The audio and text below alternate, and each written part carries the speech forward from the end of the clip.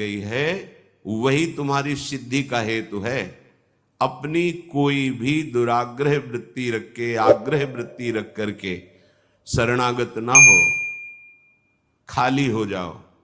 जो भी तुम्हारे अंदर है वो समर्पण के भाव में, अब जो ही कहें करें हम सोई, आयस लिए चले निज दासी, मन क्रम वचन त्रिशुद्ध सकल मत, हम श्री हित हरिवंश उपासी। मन से, वचन से, कर्म से, शरीर की चेष्टाओं से शुद्ध, अर्थात जो उपदेश मिला उसके अनुसार चलना, उसके विपरीत चलना अशुद्ध है, उनके अनुकूल चलना शुद्ध है।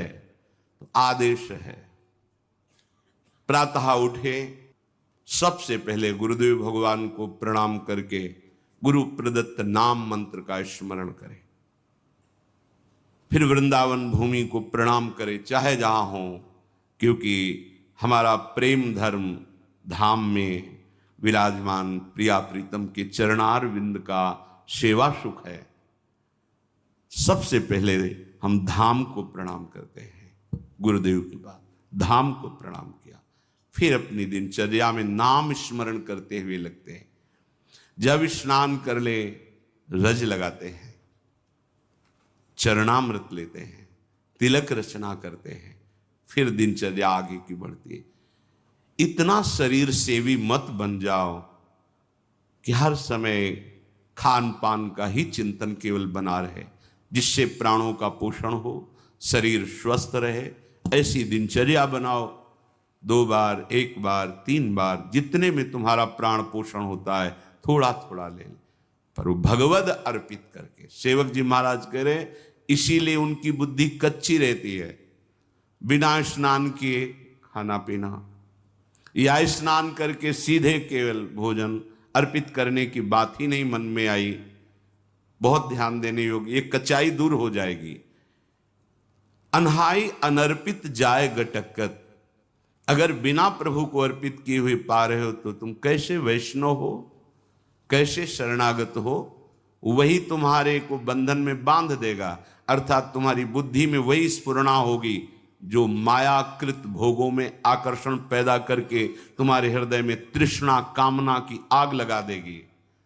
अगर भगवद अर्पित प्रसाद है तो इन वासनाओं को नष्ट करता है। काहे को अपनी बुद्धि को भ्रष्ट करोगे? बिना भगवद अर्पित किए हुए जो भी पाया जाता है वो पाप पाया जाता है, ऐसा संतों ने कहा है, ऐसा भगवान ने भी गीता जी में कहा है।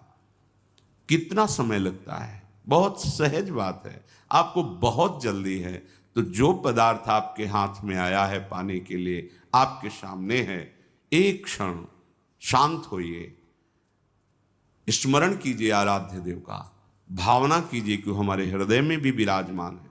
और जय हो राधा वल्लभ लाल की जय हो, प्रभु पाइए और बस पा लिए, हो गया।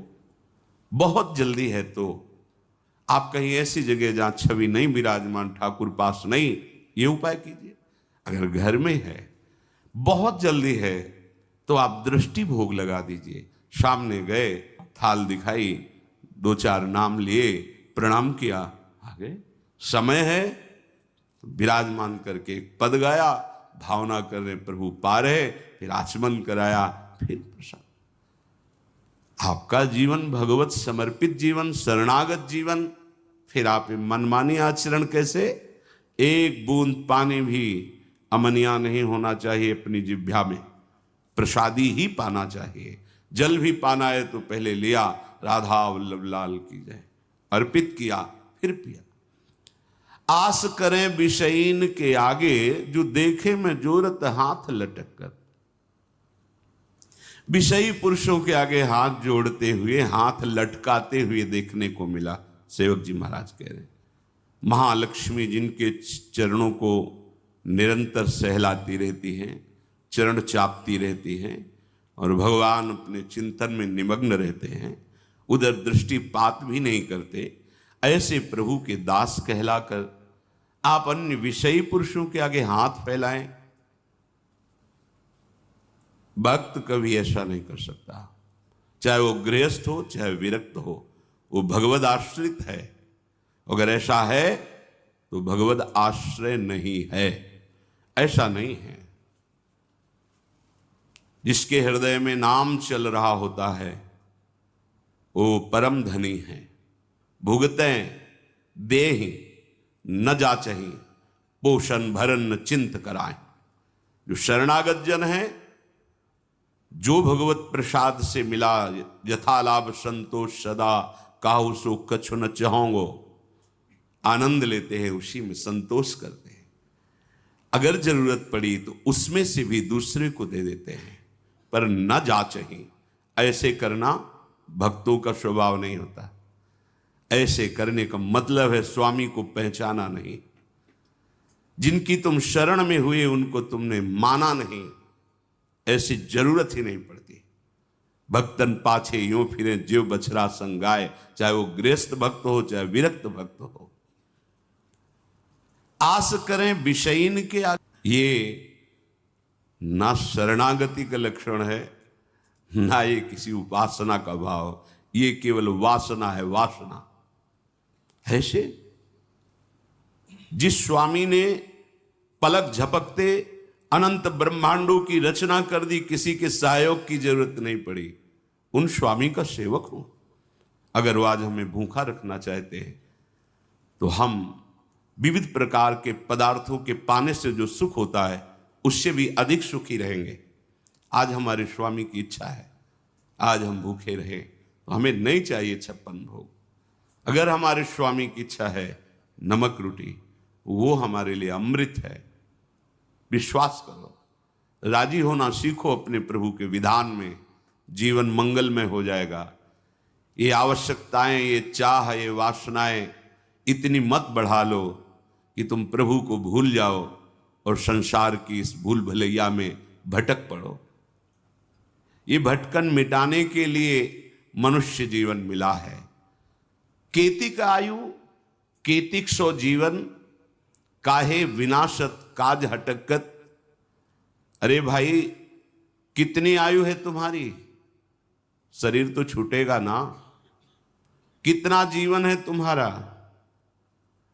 इसे तुम कलंक लगा रहे हो शरणागति में, दूसरे के आगे हाथ जोड़कर मांग करके, अन्य भरोसा करके, अन्य आश्रय रख करके। कितना जीवन है तुम्हारा? और एक सिद्धांत बता दे, यदि आपने चालबाजी से, कपट से जीना सीखा है तो पूरे जीवन इसी से जी पाओगे, दूसरा रास्ता नहीं रहेगा। आपने मांग करके इधर उधर तो ऐसे ही जीवन व्यतीत होगा, वो आप निष्ठा तो वैसे जीवन व्यतीत होगा। तुम जैसे चाहोगे वैसे हरि तुम्हारी व्यवस्था करेगा। तुम्हारे मन में आया है कि बिना छल कपट झूठ चोरी के धन आदि नहीं आता, सुख सुविधाएं नहीं आती, तो नहीं आएंगी, तुम्हें वही करना पड़ेगा। तुम्हारी सोच है।